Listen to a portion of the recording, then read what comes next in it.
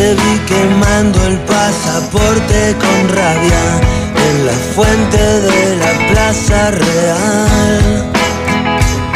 Entre fuegos artificiales, pobres de pueblo y palomas que nos ven pasar. Y todo lo demás también. Parecía el cielo porque estabas conmigo. Todavía soy tu amigo, pero te deseo el bien. O lo que quieras, pero el peso del tiempo que estamos viviendo. Asumámoslo. La crisis mundial debe ser objeto de estudio y análisis. La crisis mundial del capitalismo debe ser oportunidad para nosotros en Venezuela, no para salvar el modelo capitalista en Venezuela, no, es para acelerar el desmontaje del sistema capitalista y al mismo tiempo acelerar la construcción del socialismo bolivariano. Esa es una reflexión estratégica, una línea estratégica más bien, de trabajo, de pensamiento y de acción en el gobierno, en los gobiernos locales, regionales, en las comunidades, en el partido, por supuesto. Que si eso significa algún estremecimiento o algunos estremecimientos estructurales. Bueno, ¿y quién dijo que este camino es el camino del jardín de rosas? ¿Quién dijo? Alguna vez les he dicho, no, vamos por el camino fácil, por la autopista ancha. No. Ninguna revolución se hace por autopistas. Camino, como dijo el gran Argimiro Gabaldón, duro, difícil, pero este es el camino. Este es el camino, el único camino que nos llevará a la construcción de la patria socialista. No es el camino del capitalismo o del reformismo. Cuidado con las corrientes esas que no se definen muy bien si es socialismo o es capitalismo. Cuidado con el reformismo. No es reforma que estamos haciendo aquí, es revolución. No es economía de mercado, ni capitalismo humano, ni ponerle caretas al capitalismo, no. Es liquidar el capitalismo y construir el socialismo. De eso se trata.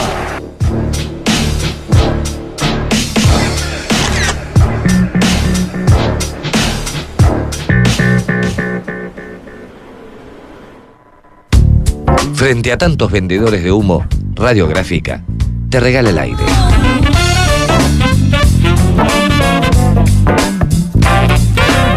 Radiográfica, FM 89.3, aire limpio para tus oídos.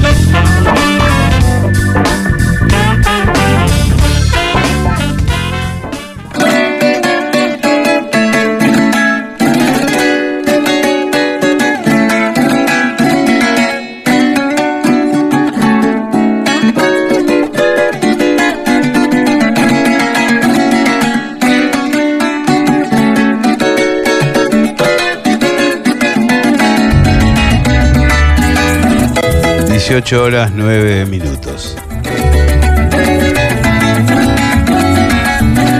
Tarde noche vivo en La Gráfica. Usted puede estar disfrutando este especial también en la reiteración de los fines de semana.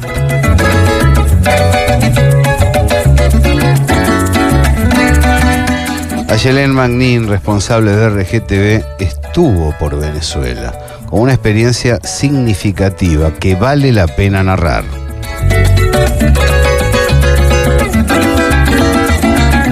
Mucho para contar, muchos audios para escuchar, muchas voces para pensar. Y en principio, bienvenida, Aye, ¿cómo estás? Hola Gaby, hola audiencia. Qué gusto. Acércate un poquitito más al micrófono, así te oímos con más intensidad. Acá estamos. Gran experiencia, ¿no?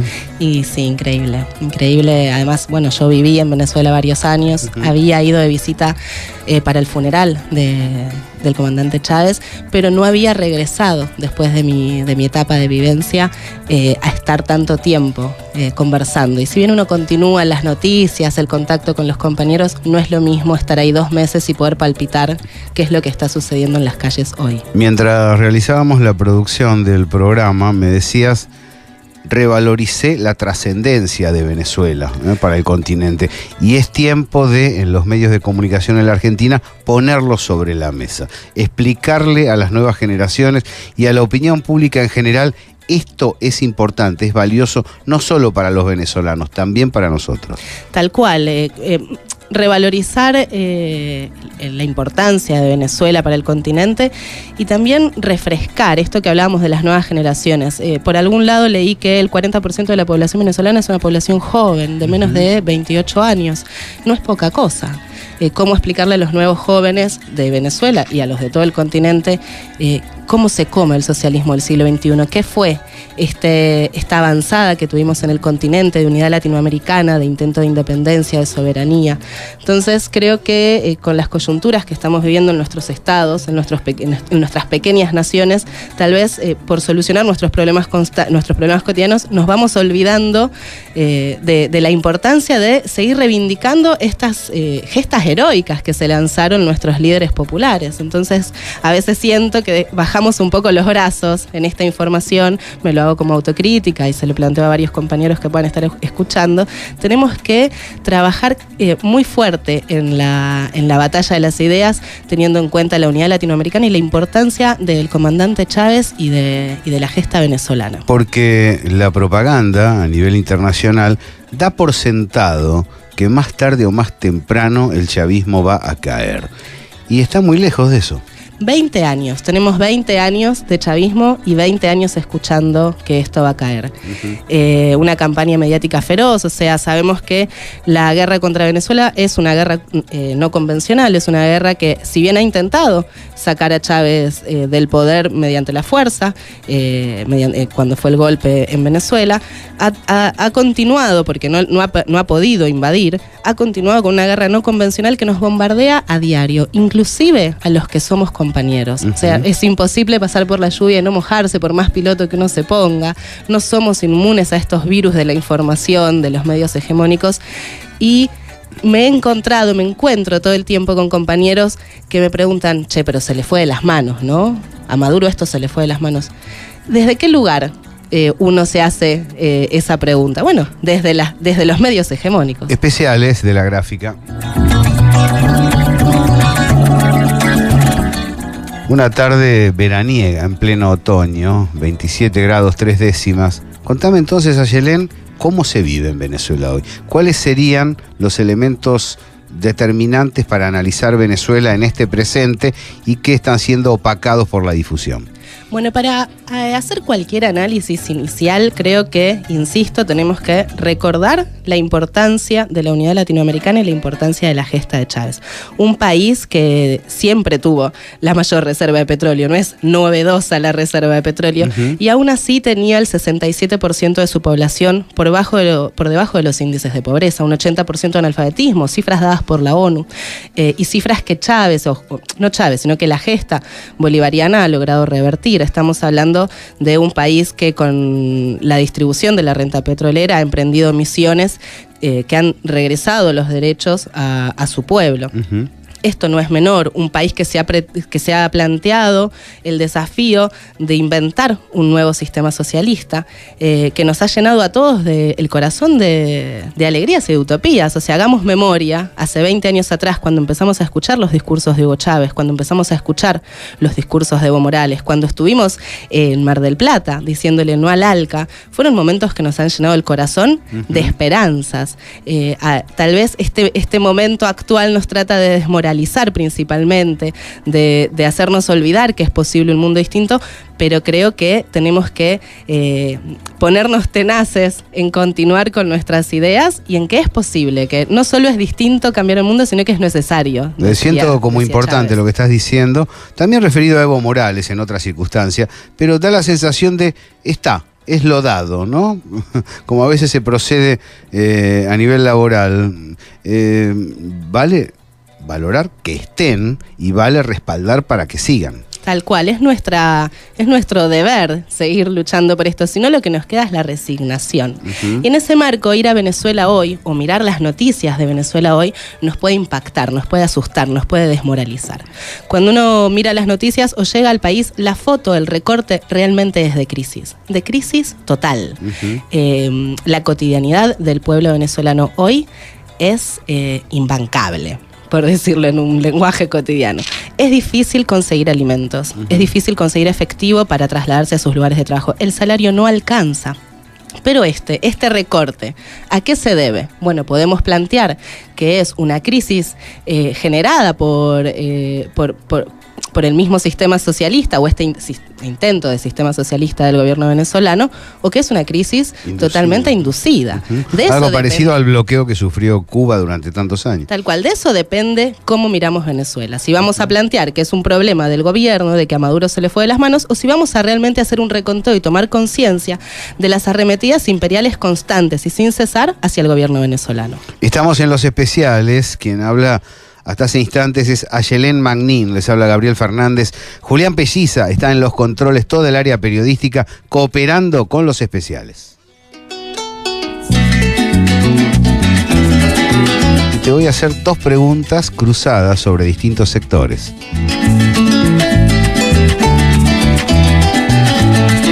Préstele atención también a los audios que se vienen. A las orillas de un caño sobre la tierra fresquita. Una curiosidad mía, a ver si me la podés aclarar. ¿Cómo son los gorilas en Venezuela? ¿Cómo son los escuálidos? ¿De qué sector estamos hablando? Cuando uno dice, estos se oponen al chavismo, ¿quiénes son? Si los pudieras definir en un trazo. Bueno, esa oposición va mutando, ¿no? Con el correr de los tiempos. En un inicio esos gorilas eran los escuálidos, ¿no? Chávez los mencionaba escuálidos por su escualidez de ideas, por su escualidez de utopías, que fueron las clases altas, los poderosos, los que perpetraron el golpe de Estado, los que llevaron adelante el paro petrolero y los que se han quejado siempre del pueblo, pertenecientes a los sectores altos como nuestros gorilas.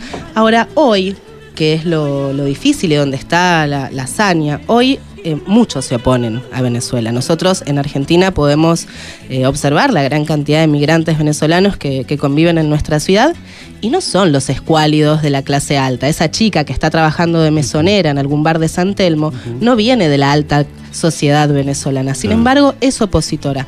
Ahora, porque nosotros veamos toda esta cantidad de venezolanos que se oponen al proceso bolivariano, ¿vamos a dejar de pensar que el proceso bolivariano es importante y fundamental para nuestra continuidad como clase social a lo largo de la historia, para poder luchar, para poder llegar a nuestros objetivos de transformación social? No, porque yo no por mucho escuchar a mi abuela, que bien gorila es, voy a pensar que lo que diga mi abuela está bien. Entonces no es cuantitativo. Entonces te hago la pregunta sobre el otro sector. Estas dificultades de las que estás hablando, ¿han limado el respaldo popular a nivel base social al chavismo? ¿Lo que era la base social del chavismo persiste y se extiende o se ha estancado y desciende? Se ha estancado. La base social del chavismo, el chavismo duro, sigue intacto. Ahora, todo el chavismo en un movimiento de masas, estamos hablando de, para recordar, la última elección de Chávez, que ya venía en descenso, la cantidad de chavismo votante, aún así fueron 8.200.000 personas, el 55% el que votó a Chávez en esa última campaña histórica, ¿no? Previo a fallecer, previo a dejarnos. Ese clamor popular, ese movimiento de masas, se mermó. No todo lo que nos dicen los medios de comunicación que ha mermado, y eso se puede ver en la cantidad de personas que fueron a votar en las últimas elecciones en la Asamblea Nacional Constituyente. Claro. Merma porque es muy difícil para cualquier pueblo entender de dónde viene, cuáles son las razones de esta crisis económica que asedia a Venezuela desde la muerte de Chávez. El imperio, con la caída del comandante, ha recrudecido ferozmente las políticas punitivas, las sanciones, hasta llegar al día de hoy, a partir del año pasado, a un bloqueo económico total, como el que conocemos en Cuba. Venezuela no puede importar nada. No puede importar penicilina. Un problema con insumos, claro. Claro, no puede importar los medicamentos para la diabetes, que fue famoso, los buques que no podían ingresar con la insulina a Venezuela. Entonces, eso genera una crisis muy importante. Y para colmo, países que eran cercanos y que proveían, como Brasil o Argentina, han cambiado de signo. Claro, este mapa latinoamericano no favorece las posibilidades de alianzas del comercio internacional. Entonces, ¿cómo le explicamos a toda la población? Porque por más que tengamos 20 años de chavismo, no es fácil comprender La quiénes son los necesidad buenos cotidiana, y quiénes son claro. los malos en la historia de la humanidad. Entonces, es difícil para muchos venezolanos de a pie comprender cuáles son las razones de su crisis económica actual. Entonces, claramente eso ha hecho que merme. De un Cristo fuelles, tanto lo que soñé, contando las mariposas que tan magníficas cosas en esta copla pinté, y en el color amarillo de un camino polvoriento. ¿Qué vamos a escuchar ahora, Yelén? Bueno, vamos a escuchar el testimonio justamente para explicar un poco cuál es esta situación de crisis y cómo llega al país. El testimonio de Hernán, un compañero de los movimientos sociales de base, de pobladores. Nos encontramos en el Encuentro Internacional de Solidaridad por Venezuela, algo que vamos a hablar más adelante, y nos va a contar un poco justamente cómo se llega a esta situación de crisis. Nosotros venimos analizando que este es el momento de disputa final con el imperialismo yanqui. La revolución bolivariana surgió de la disputa contra la injerencia de los Estados Unidos sobre este país, que se había traducido en gobiernos corruptos y entreguistas de los intereses de la nación. La revolución bolivariana surge bajo la lógica de justicia social, de democracia para los pueblos, de poder garantizar los derechos que siempre habían sido negados, y sobre esa lógica se monta la constituyente. Hoy estamos enfrentando una ofensiva definitiva del imperio para poder recomponer su hegemonía dentro de la región. Es fundamental que pueda desplazar a Rusia y a China en la región, pero además que pueda recomponer la correlación de fuerzas políticas favorables. Y la revolución bolivariana es una piedra en el zapato.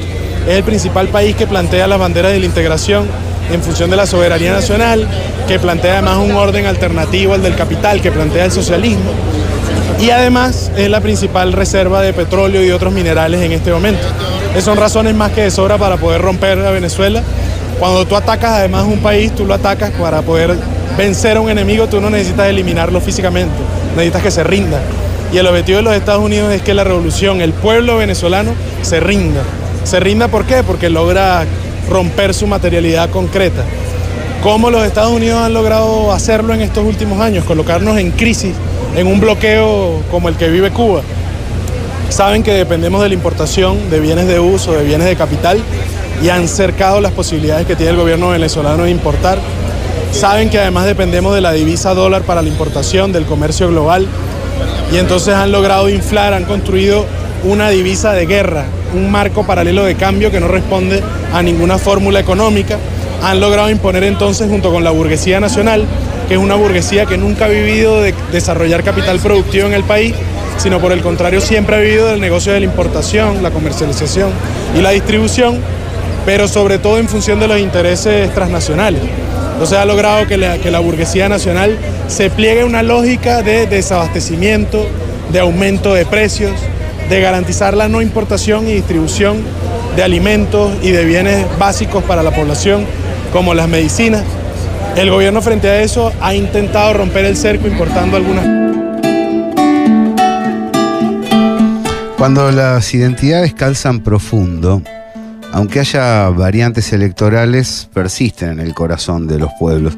El caso del sandinismo en Nicaragua me hacía acordar a esta presión.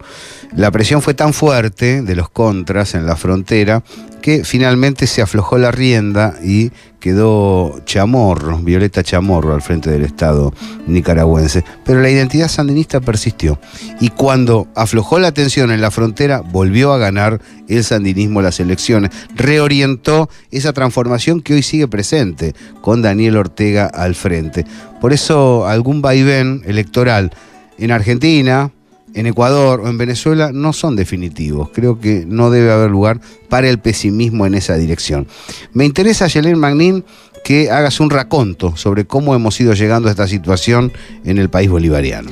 Sí, escuchábamos recién a Hernán contándonos las arremetidas desde lo económico del imperio contra Venezuela, pero es importante también recordar los hechos violentos en las calles. Cuando Chávez muere, hace 5 años, en el 2013, Claramente la CIA, el imperio y los antichavistas pensaron este es el momento.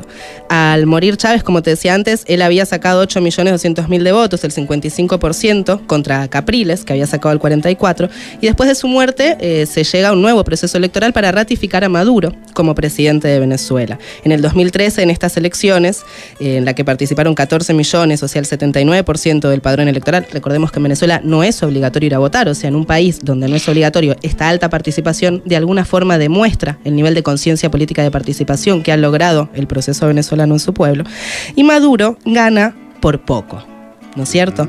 Gana por el 50.6% y pierde contra el 49.1% de Capriles. Ese escenario le da la posibilidad a la derecha de creer que es el momento de librarse definitivamente de cualquier intento de poner en jaque sus intereses económicos. Y ahí es donde estos gorilas o escuálidos por los que vos me preguntabas, que son conocidos también por los guarimberos, los que hacen las guarimbas, que son la forma particular de la protesta de la derecha venezolana, comienzan una arremetida a la que la llaman La Salida en el 2014. Este plan de La Salida conlleva una serie de acciones de calle violentas, con no protestas como conocemos nosotros a la Plaza de Mayo, sino con saboteos específicos al sistema eléctrico.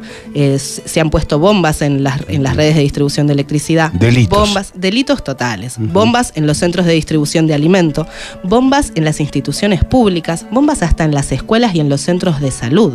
O sea, ha habido montones de cubanos heridos en estos procesos de guarimba. Estas guarimbas son las que generaron una situación de desestabilidad social increíble. Nosotros los veíamos en los medios, las movilizaciones de la oposición con los jóvenes armados, encapuchados, y ¿qué le tocaba al resto, al que no estaba en la guarimba? Bueno, no poder trasladarse a su trabajo, pero no porque estemos en contra del corte de calle, estamos hablando de no poder salir de tu casa para ir a trabajar durante 5, 6, 7 días, con una crecida violencia que hasta el año pasado terminó en la quema de personas chavistas en el medio de la calle.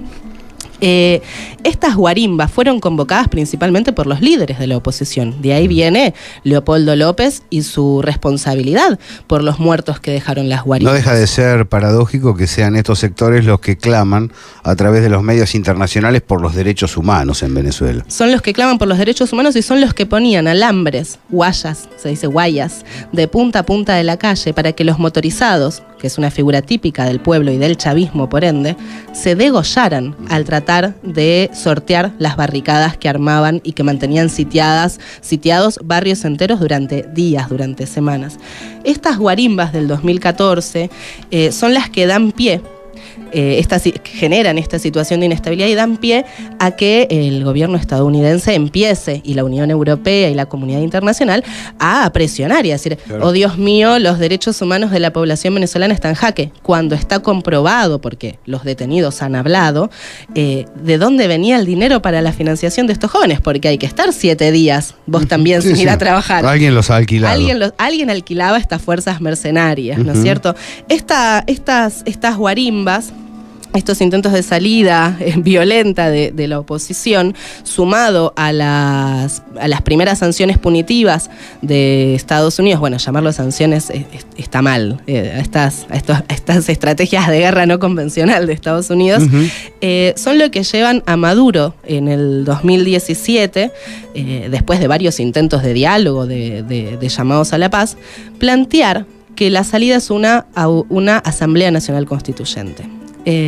Lo viene anunciando durante todo el 2017, o sea, estas guarimbas, recontemos, ¿no? Finales del 2014, 2015, 2016, escenarios de violencia, baja del petróleo, también es otra estrategia internacional, medidas de bloqueo contra Venezuela. En el 2017 Maduro dice, ok, vayamos a una Asamblea Nacional Constituyente.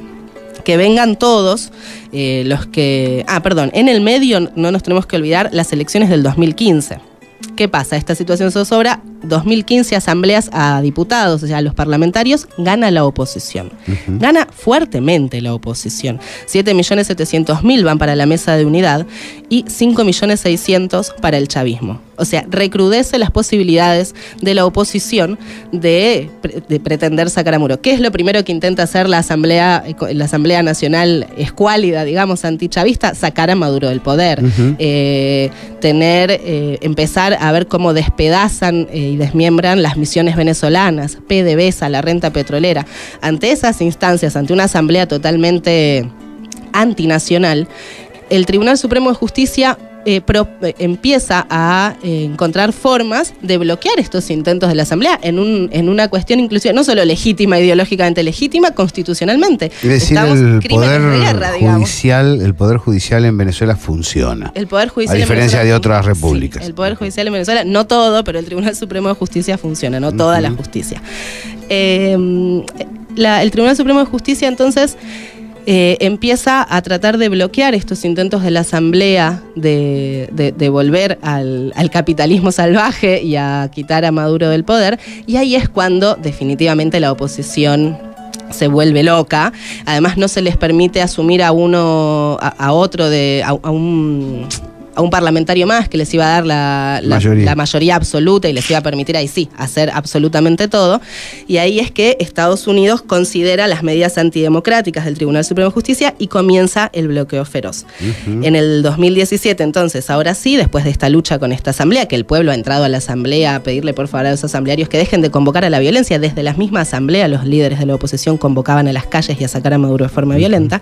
Y en el 2017 la solución que plantea Maduro es una Asamblea Nacional Constituyente. Ante la Asamblea Nacional Constituyente es que el imperio dice, basta, ahí nos cagan, con esta no vamos a poder. Realmente una Asamblea Nacional Constituyente participativa, democrática, con todas las fuerzas representadas, inclusive de la oposición, porque ahí estaban invitados todos a participar, y además con unos objetivos de constitucionalizar algunos logros del proceso revolucionario, ahí es que deciden hacer este bloqueo total a Venezuela. Estamos en los especiales de La Gráfica. Esto no ha terminado, tenemos mucho más material para la segunda parte.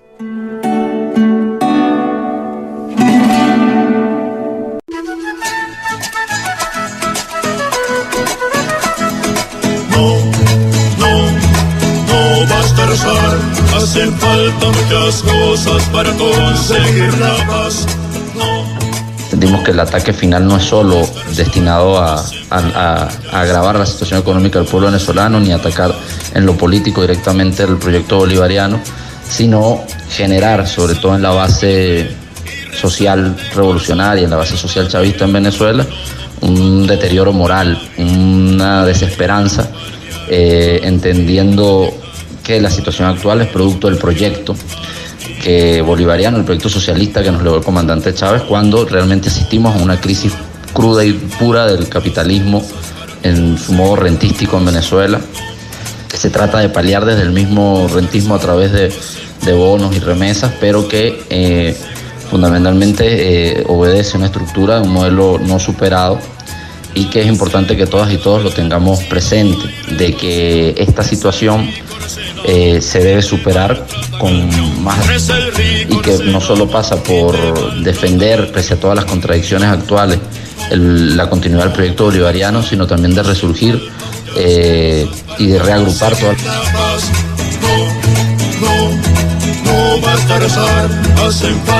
¿Qué estábamos escuchando? Ay, qué pena, quedó un poco mal cortado. Estábamos escuchando a un compañero de Tatuí TV, una televisora comunitaria de Mérida, uno de los que dan la batalla comunicacional y simbólica, que además son los hacedores de un producto audiovisual del que yo soy fanática y se los recomiendo a todos, que son los Chávez Radical. Son pequeños cortos que uno los puede encontrar en YouTube bajo ese nombre, con los mejores discursos de Chávez editados, recortados, con unas imágenes muy buenas. Son pequeñas cápsulas de formación política y de remembranza de cuáles son estos ideales que no nos tenemos que olvidar de defender. Del hombre por el hombre, que exista 18:37. Usted está viviendo Tarde Noche Vivo Directo, el especial de La Gráfica, con el volumen habitual que tienen los especiales internacionales en nuestra emisora, y también en la reiteración del fin de semana, y también en la 770, en Cooperativa, a quienes les enviamos un fuerte abrazo, muchos saludos y comentarios. Lucas Molinari, Gabriel Aníbal Rearte, Camilo Porto Rojas, Rolando Silva Nigri, Carlos Albizu, Yamila Villalba, Diego Minuti, Pablo Suárez, Lucía Aguirre, Sibyl Minuti, Preguntas. Hernán Vázquez, ¿conoció las unidades básicas, las unidades Chávez Vive, perdón? Hice una argentinada allí. Las llaman VHs, creo. Las VHs, sí, totalmente. Sí, son las unidades básicas. Está bien hacer el paralelismo. Mira, Fabricio hablaba en el audio del intento de quebrar moralmente al pueblo, ¿no? Esta guerra económica no solo intenta una desestabilización del mercado venezolano, sino que intenta quebrar la moral revolucionaria de los compañeros que apoyan este proceso. Sí. Porque como hablábamos, es difícil sostener la vida cotidiana. O sea, cuando hablo de sostener la vida cotidiana, que es difícil no perder peso. O sea, tengo amigos que han perdido hasta 15 kilos en los últimos 2 años. Esto no es poca cosa. Doloroso. Es doloroso. Si mis amigos perdieron 15 kilos, pensemos en cuántos perdieron o en qué niveles de desnutrición están algunas madres, algunos niños en los sectores rurales y en los sectores históricamente más empobrecidos de Venezuela. Este intento de quebrantamiento moral es con el que está, es como la moneda, es la pulseada que está jugando el imperio. ¿Cómo sobresalir? ¿Cómo salir de esta situación? Bueno, primero con la conversación, con el no parar de intentar convencer al otro. La política. La política, conversando, charlando, y desde nosotros, desde la comunidad internacional, desde la militancia internacional, dando constantemente nuestro apoyo. Como te decía, este intento de quebrantamiento moral, para contarte una anécdota y regresando al 2016 y 2017, cuando fueron las épocas más duras de violencia de calle y de conflicto para la obtención de alimentos y de medicinas, una amiga mía, cuando le pregunté cómo estaba, que me diga de verdad cómo estaba, me respondió lo siguiente: Aye, conseguí 2 paquetes de leche en polvo. Uno es para mí y para mi hija, y el otro podría dárselo a mi suegra, pero lo tengo escondido abajo de la cama. Esto es lo que estamos viviendo. Claramente no dudo que mi amiga después ha compartido su paquete de leche. Ella estaba tratando de metaforizar cuál era la situación. Ahí es a donde están tratando de llegar. No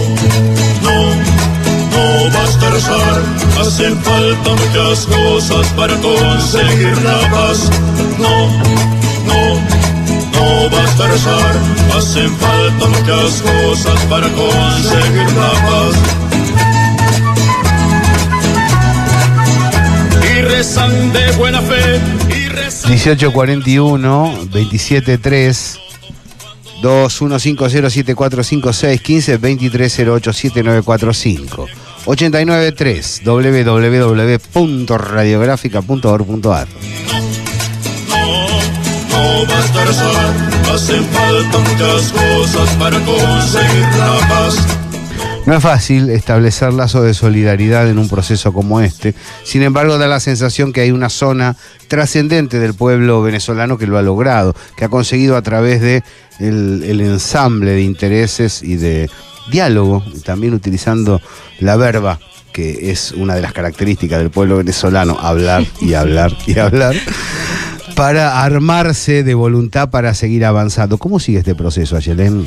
Bueno, en ese marco de intento de quebrantar los lazos de solidaridad, que ha regresado el chavismo al pueblo, porque también en Venezuela antes de Chávez la gente se peleaba por el paquete de leche. O sea, si hablábamos de un país con más del 70% bajo el nivel de pobreza, aún teniendo la reserva de petróleo más grande. Un país tan rico. Entonces, bueno, esas son las transformaciones más largas de realizar, ¿no? La toma de conciencia del pueblo, de que solo el pueblo salva al pueblo, de que la solidaridad es fundamental y de que una nueva forma de organización del gobierno, del Estado, de la producción, de la empresa, es lo necesario para realmente alcanzar un socialismo nuevo.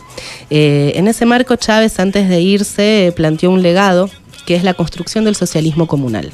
Un socialismo comunal donde se plantea la autodestrucción de las alcaldías y de las gobernaciones como las conocemos, para que sean las comunidades al mando las que puedan gestionar, organizar tanto la economía en su máxima acepción, como la sociedad en general y todo lo que hace a un gobierno, la comunidad organizada. Este planteo del socialismo comunal, con toda esta situación de guerra no convencional, se ve dificultado. Se ve dificultado porque ¿cómo hacemos para pensar en política? ¿Cómo hacemos para organizarnos si estamos todo el día viendo cómo hacemos rendir un kilo de arroz? Por ejemplo, no sé si vos sabías, Gaby, que siempre fue la mujer venezolana una de las vanguardias en la organización territorial del proceso. Así nos han contado, sí, he visto algunos ejemplos interesantes. Dado el patriarcado, digamos, y la pobreza que reinaba en Venezuela, la mujer era la que no tenía empleo y la que se quedaba en la casa cuidando a los niños, cuidando a los nietos. Entonces es la primera en salir a trabajar en su comuna cuando llega Chávez y plantea los consejos comunales como unidades básicas de organización territorial. Fueron en todos estos años creciendo en poderío las mujeres y en capacidad de organización. Hoy, estos últimos 2 años con esta situación de guerra, la mujer vuelve al hogar, vuelve a estar viendo cómo hacer rendir el arroz. Lo básico. Lo básico. Bueno, esto es lo que necesitamos quebrar. O sea, porque esto es lo que ellos esto es lo que ellos han logrado y nosotros tenemos que revertirlo a como dé lugar. En esa tarea incansable de Chávez por la organización comunal y hoy de Maduro en la solución de como puede del conflicto económico para que la gente vuelva a participar. Y en ese marco es que se plantea una Asamblea Nacional Constituyente, una Asamblea Nacional Constituyente donde el pueblo pudo poner a sus candidatos según distintos sectores territoriales, sectores de la economía, sectores indígenas, con representantes que tenían que ver jubilados, amas de casa, trabajadores de la industria, trabajadores de la tierra. Cuando se plantea esta Asamblea Nacional Constituyente es con objetivos, como te decía, claros, es constitucionalizar logros de la revolución y constitucionalizar el objetivo del socialismo comunal. Hace falta poseer fuerza para sostener estas iniciativas y este desarrollo. Vemos que la fuerza base del pueblo venezolano está. ¿Cómo viene reaccionando las Fuerzas Armadas, Ayelén? ¿Están alineadas con el proceso transformador o hay dudas? Bueno, las Fuerzas Armadas siguen siendo aliadas del gobierno. Ahí está otro de los personajes importantes, de los compañeros importantes para seguir, que es Diosdado Cabello. Tanto Maduro como Diosdado son los que llevan hoy el proceso adelante. Diosdado representa a las Fuerzas Armadas, Maduro a la sociedad civil. Él viene de ser un sindicalista y Diosdado de ser un militar. Las Fuerzas Armadas siguen en alianza, siguen defendiendo el proceso. Ahora, los números, cuando nosotros decimos porcentualmente descendió la votación chavista, y bueno, también hay militares en ese porcentaje. Claro. Entonces, bueno, esa es la parte que hay que tener fuerte. Pero hasta ahora, a pesar de esta crisis, porque de verdad yo pido que entendamos un segundo cómo sería nuestra vida si la cuadra de nuestro barrio, donde nosotros estamos escuchando ahora esta emisión, nuestra cuadra, nuestra casa pasa a estar bloqueada y no podemos comercializar, no podemos ingresar más comida de la que tenemos en la alacena, ni podemos sacar nada de la alacena para intercambiar con nadie. Tratemos de imaginar cómo nos pondríamos inclusive entre hermanos. Bueno, en esa situación, que es la que vive hoy Venezuela de bloqueo total, sostener la unidad con las Fuerzas Armadas, sostener la unidad con el corazón del chavismo, no solo se está logrando, sino que me asombré en este viaje ver que realmente los ideales de muchos compañeros siguen intactos y que las Fuerzas Armadas siguen apoyando esto, es la clave para que continúe. El otro interrogante que me atraviesa desde hace buen tiempo y es parte del diálogo cotidiano de los interesados en la política internacional: la muerte de Chávez y la asunción de Maduro marca un cambio hacia adentro en el movimiento popular venezolano. ¿Maduro no alcanza a contener con su liderazgo lo que sí contenía Chávez? Bueno, el liderazgo de Chávez es único, digo, hombres como dirigentes políticos como Hugo Chávez Frías surgen cada 100 años. Sí. No se le puede pedir a Nicolás Maduro, ni a Diosdado Cabello, ni a ningún líder venezolano que cargue ese peso. Es pedirle demasiado a un hombre que preside el país con la mayor reserva de petróleo del mundo y que intenta oponerse a los intereses de Estados Unidos. Bastante tarea está haciendo este muchacho hace 5 años gobernando ese país con las arremetidas de violencia y de guerra no convencional sobre su territorio. Nosotros vamos a escuchar esta dicotomía, si Diosdado o si Maduro. ¿Cuál de los dos es el mejor? Yo creo que profundizar en esas dicotomías estando afuera puede ser un poco una pérdida de tiempo, siendo que tenemos que recrudecer y fortalecer nuestra batalla comunicacional para las cuestiones que son más importantes para entender la situación venezolana que esta dicotomía. Y por otro lado, no es una dicotomía ideológica, no son dos, si hay un Chávez y un Maduro, no es ideológico, no es que uno es más de izquierda y otro es más de derecha, no. Representan distintos poderes, representan distintos sectores y distintas formas de llevar el discurso. Ahora, el proyecto político es lo que importa acá. Todos están defendiendo el mismo proyecto, por eso es tan importante la unidad en este momento.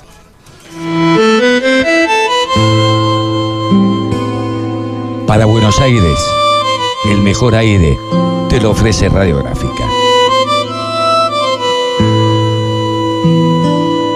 Radiográfica FM 89.3 para todo el mundo. Estábamos hablando de la Asamblea Constituyente. Había puntos para añadir sobre ese tema. Sí, en estos intentos de retomar los vínculos sociales, de retomar los conceptos de la solidaridad y la importancia de la organización, se plantea la Asamblea Nacional Constituyente para sentar las bases del socialismo comunal. Eso sí es una tendencia dentro del chavismo hoy. Si el socialismo es negociar con los grandes poderes para que la burguesía, para que resurja una burguesía que permita que frene un poco el saboteo que infringe contra el pueblo, o sea, que los grandes terratenientes vuelvan a tener un poco más de tierras para que dejen de llevarse las vacas a Colombia, o si la solución es radicalizar el socialismo comunal. Esa sí es podríamos decir que ese es un debate a lo interno del movimiento popular hoy. Desde mi perspectiva, desde mi análisis, bueno, cuando estaba allá creo que a vos te mandé un mensaje, Gaby Vicente, ni bien llegué pensé, hay que negociemos, cuántas vacas hay que darle a este señor, cuántos pozos petroleros hay que entregar para que dejen de perder peso los niños del país. Pero me parece que, bueno, eso sale del sentido común, del que a veces uno no se puede desligar, a pesar de intentar formarse políticamente. La salida es el socialismo comunal, la salida a esta crisis me parece que es cambiar la cultura de un país rentista a un país productivo, y eso no se cambia por decreto. Chávez decía, el socialismo no se decreta, el socialismo se construye. La reforma constitucional del 2007 que se perdió sentaba bases para un proceso socialista radicalizado. Sin embargo, el pueblo votó en contra. Y bueno, esto se construye. Entonces, ¿cómo hacer para que esta crisis deje algún fruto positivo? Bueno, tal vez constitucionalizar el socialismo comunal como objetivo político y empezar a trabajar en una patria productiva sea una buena forma de no tener que caer en las negociaciones con la burguesía. También los tiempos deben ser importantes, porque yo creo que el apriete de acelerador imperial sobre Venezuela está relacionado con, aprovechemos este momento, Brasil, Argentina, porque si gana Lula, como indican las encuestas, y si en el 2019 vuelve un gobierno nacional popular en la Argentina, el mapa de la región cambia. Son dos jugadores muy poderosos en la región que dicen, mira, acá no hay problema de mandar un cargamento de trigo a Venezuela, y se acabó la discusión con el bloqueo. Totalmente, por eso cuando escuchábamos a Hernán y a Fabricio hablaban de que esta es una batalla definitiva. Las elecciones son ahora una batalla definitiva, porque claro, el imperio puso toda la carne en el asador contra Venezuela. Llegar a un bloqueo, o sea, en términos internacionales, bloquear económicamente a un país que produce petróleo, no permitir que se compren sus bonos de deuda, no garantizarle liquidez, tener este instrumento de guerra que es el dólar paralelo, pusieron toda la carne en el asador, financiar grupos armados, aparte de un país que está al lado de Colombia, uno de los países o sea, el país del paramilitarismo. Vamos a sincerar el debate de preproducción, digámoslo sin hacer nombres ni sectores, pero da la sensación que de 6 meses, 1 año en la Argentina, a esta parte, se aflojó la solidaridad, o se aflojó además la comprensión de la trascendencia de la unidad latinoamericana. Sí, es verdad, hablábamos de esto. Se aflojó desde el discurso de todos los niveles, ¿no? Yo me permito hablar desde el nivel de la base, no voy a hablar acá de la dirigencia. Pero sí, se aflojó. Ahora, algo que vi con buenos ojos fue en estos días que estuve en Venezuela se realizó el Encuentro Internacional de Solidaridad con Venezuela. Sí. Una propuesta de plataforma para justamente retomar los vínculos con los movimientos sociales y con los líderes del país. Fueron intelectuales conocidos de la izquierda, del análisis postmarxismo contemporáneo, algunos dirigentes sociales, y lo que vi por primera vez, de manera formal, porque compañeros que van por motus propios siempre hay, pero por primera vez había invitaciones formales al movimiento obrero argentino. Me parece que hay una toma de conciencia también de que hay que hacer alianzas internacionales no solo con los gobiernos, sino con los pueblos, y que a veces el mismo... pasa como con los medios comunitarios, ¿no? Muchas veces, sí sabemos que está bien, pero en el fondo no le ponemos todo lo que hay que ponerle. Entonces, cuando Venezuela durante todos estos años también decía, sí, la alianza con los movimientos sociales también es importante, pero no se puso todo ahí. Nosotros no teníamos, o sea, la militancia argentina, no sé, la masiva, ¿no? Algunas otras organizaciones como el Darío Santillano, Patria Grande, la Cámpora, el Movimiento Evita, no estaban los jóvenes yendo entre campamentos de intercambio a formarse como sí lo hacía Venezuela con Cuba en los inicios de la revolución.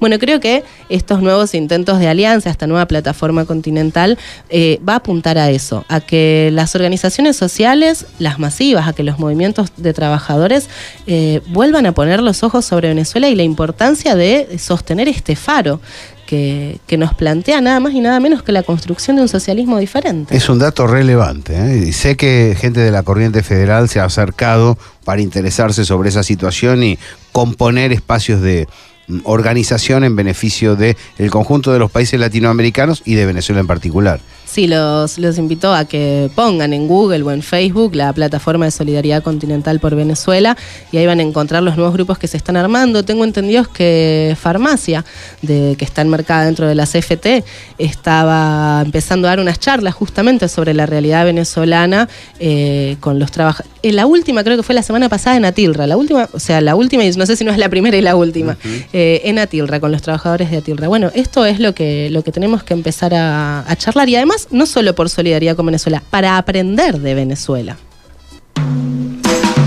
Te vi quemando el pasaporte con rabia en la fuente de la Plaza Real, entre fuegos artificiales pobres de pueblo. A ver.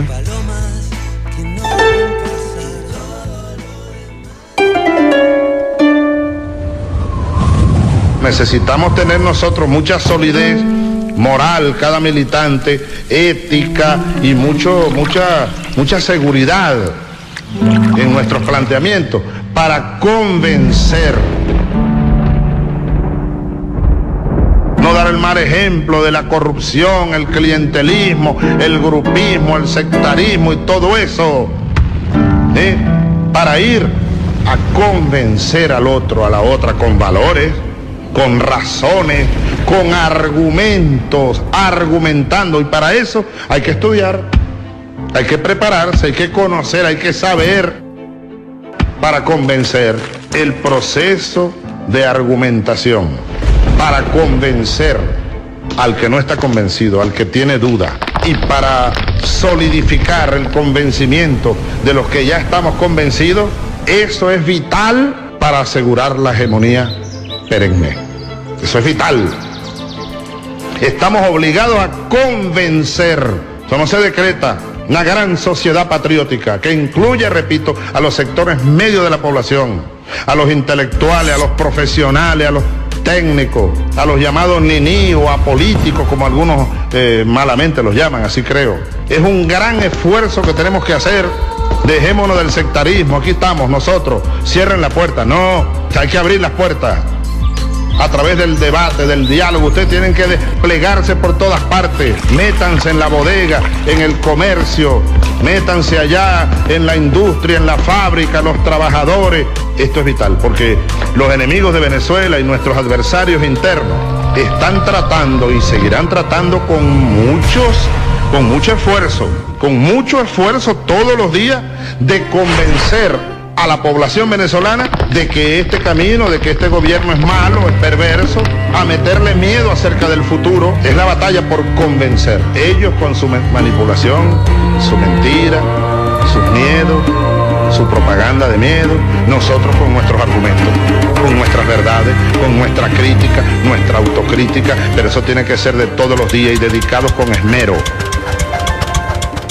La unidad no es aquello de monolítico, que vamos a ser todos iguales y todos patria o muerte venceremos. No, la unidad es diversa, a veces es incluso contingente, es decir, va evolucionando, se fortalece, se debilita, como el huracán, sopla fuerte, de repente se va el viento, como la lluvia, llueve fuerte, de repente dejó de llover. Hay que ir cabalgando sobre la unidad, revisándola, fortaleciéndola, cohesionándola, alimentándola, con debate, con argumento, convenciendo. Esto es vital. Ahora, los primeros convencidos tenemos que ser nosotros, para luego ser convencedores, permítanme la palabra.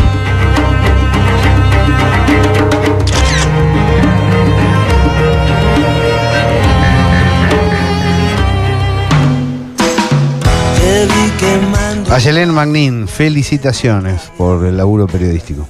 Ay, quedaron tantas cosas por contar. Creo que apenas pudimos hacer el diagnóstico de la situación actual y un poco de reconteo histórico. Nos quedan cosas por conversar. Se vienen elecciones en Venezuela el 20 de mayo.